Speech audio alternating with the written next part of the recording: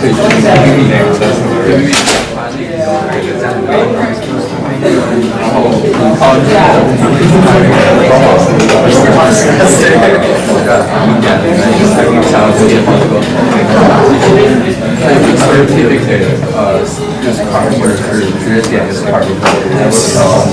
else?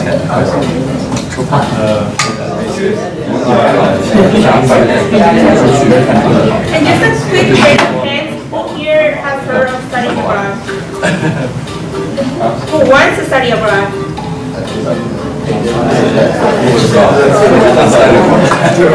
knows what study abroad is?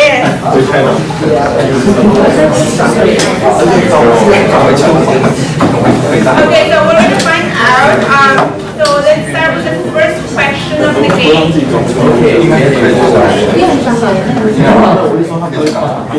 What is study abroad?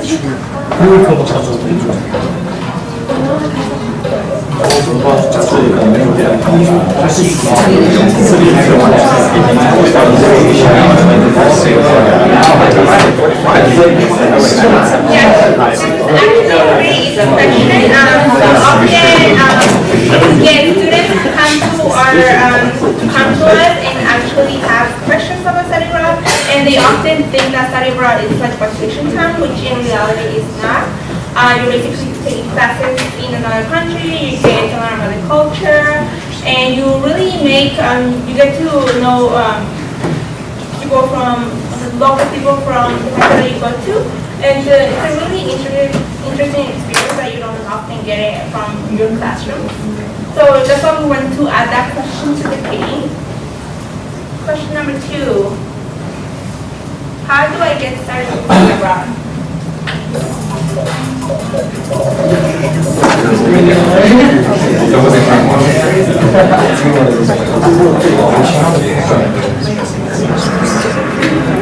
Yes.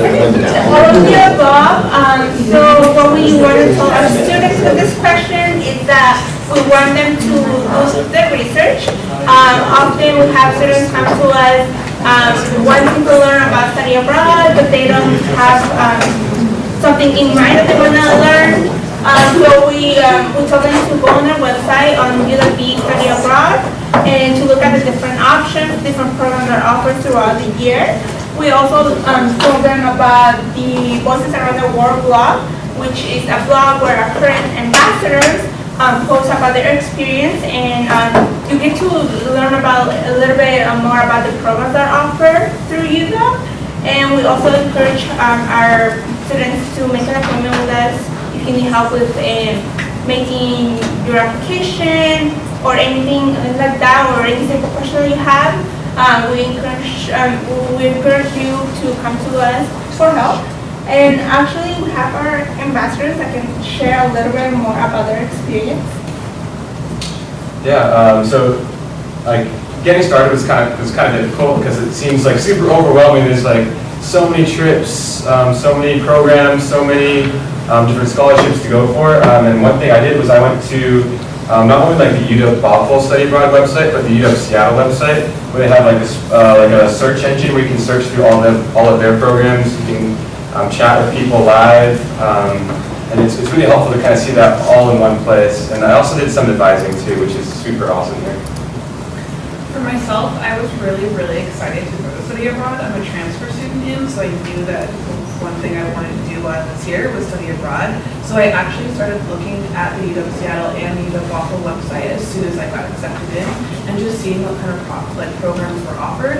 And that way, when I got to campus, I could start asking people who had been there or talking to professors that led trips, so that I could figure out what I would want to do. Yeah, so do your own research. Next question. Where is the Global Initiative Study Abroad office located?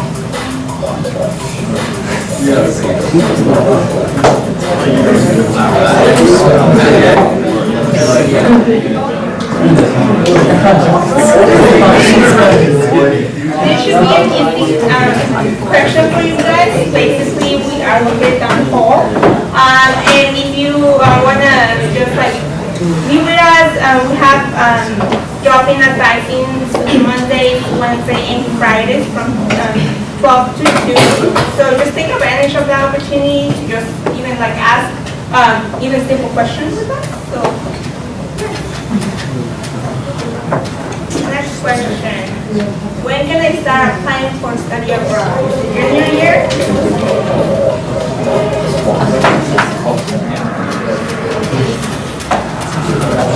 That is false. Often our students think that you have to apply during the study year, which in reality that's not true. We do have a high number of juniors and seniors that are applying during that time, but we're trying to change that. We're trying to encourage first-year students to apply early. Since you are not in your major yet, you do have a more flexible schedule. And if you think about it, if you do it earlier rather than later, you can even apply to more than just one program. So think about it. Next question. Which of these is not a top destination to study abroad?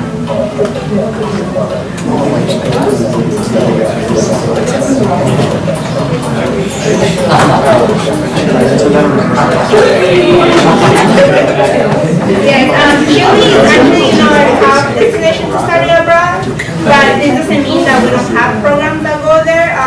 There's actually a program that's being offered as an early fall program that's happening this year, and it's the topic is relating to psychology.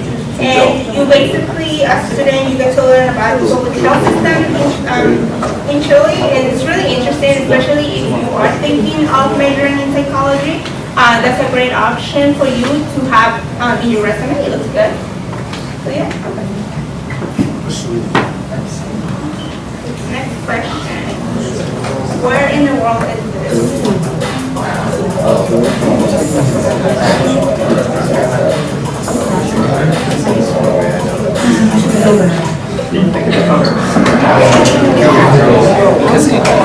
Yeah, that's a picture. It's from Ireland, and we want to promote our Ireland program that's happening in early fall. It's a good option for first-year students since it's our first year with this program. And basically, as a student, you go to Ireland and you get to interact more with the locals. And in this program, you get to learn more about the heritage, and you also get to learn more about the global economy there. It's a great option to use it. And for early fall programs, the deadline for those are February 15th, so keep that in mind. Next question. What kind of credits can I earn through study abroad? First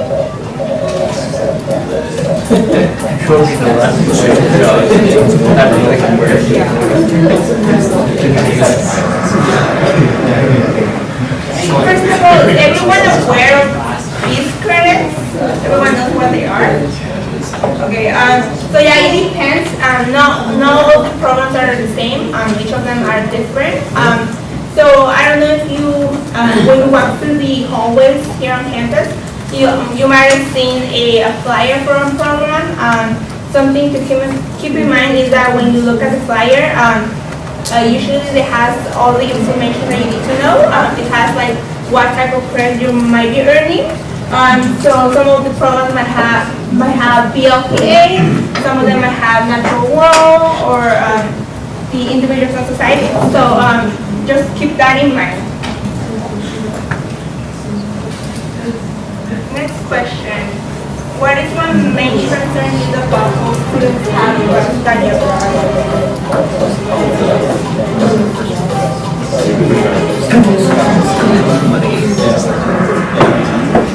Yes, it's expensive. That's one of the main concerns they have.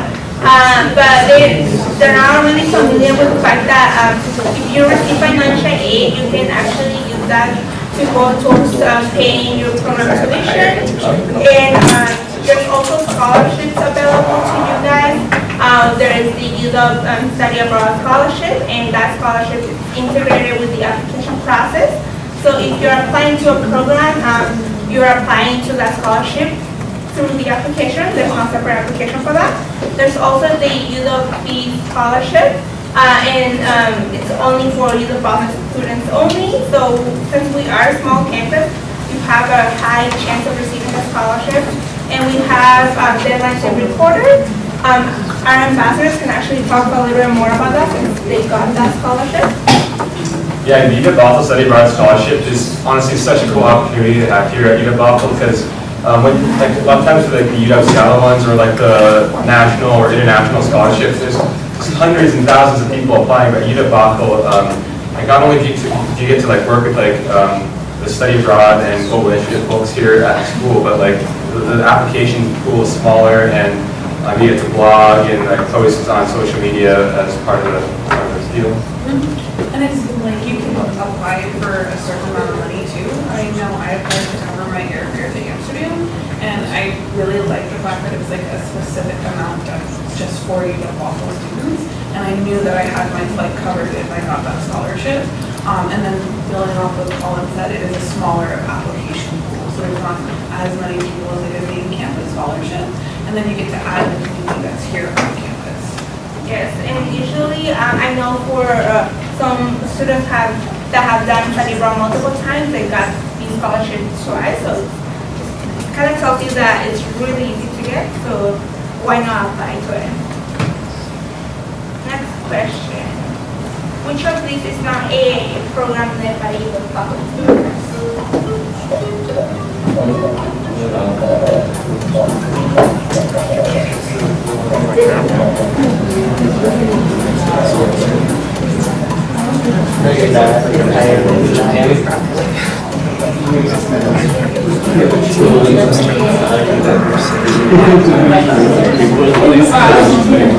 So yes, the Argentina Art Memory and Social Transformation is not a UW faculty. We do have the exploration of science, arts, and architecture in Europe that's happening this summer.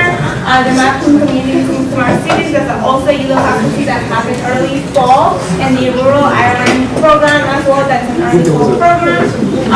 I do want to say though that this is actually a program, it's just not a UW faculty. This is a program that is organized by an organization that the UW is partnered with, and it's called SIT. So it provides more options to students.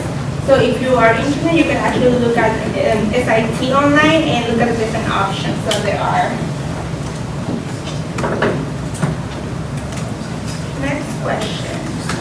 Where in the world is this?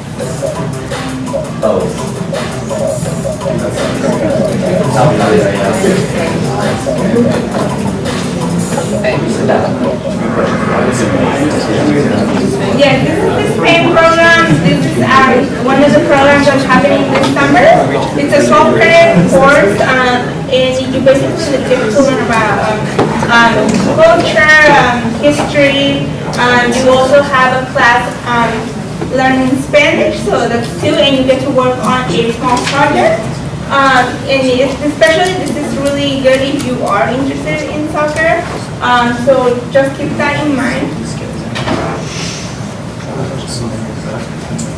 Next question. In what ways can study abroad benefit your career/education?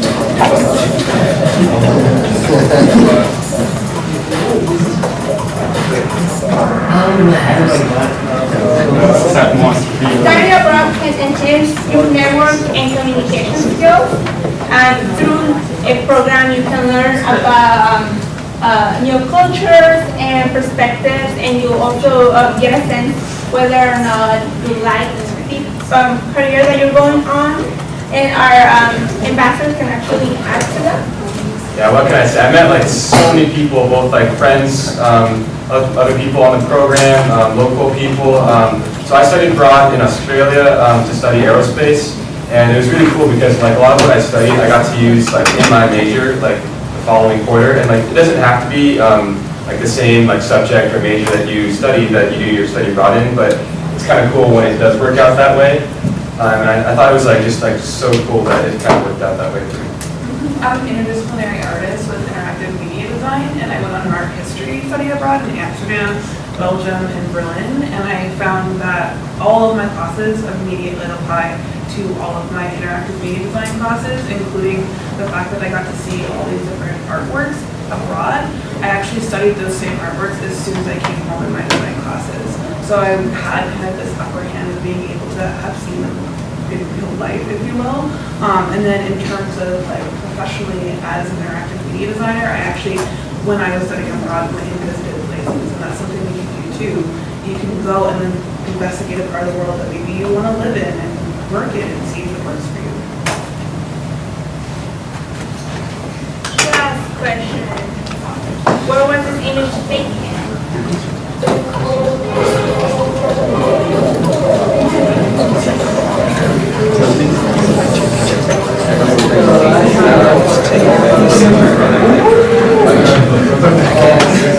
If you are not following us in either Instagram or Facebook, too bad, because that's how you find out that's a background image from Peru. And if you are not following us, you should, because we like to post updates on the programs that are happening. We do post on scholarship opportunities and a lot more that happens here on campus. So it's a great opportunity for you to engage with everything that's available to you. So just take advantage of that. This finalizes our presentation for the day. Do you guys have any questions? UW study abroad. Any questions? If you guys have an idea of what you want to study, we do have major specific handouts that we have, so feel free to come and pick one up. But if not, thank you guys for being here tonight.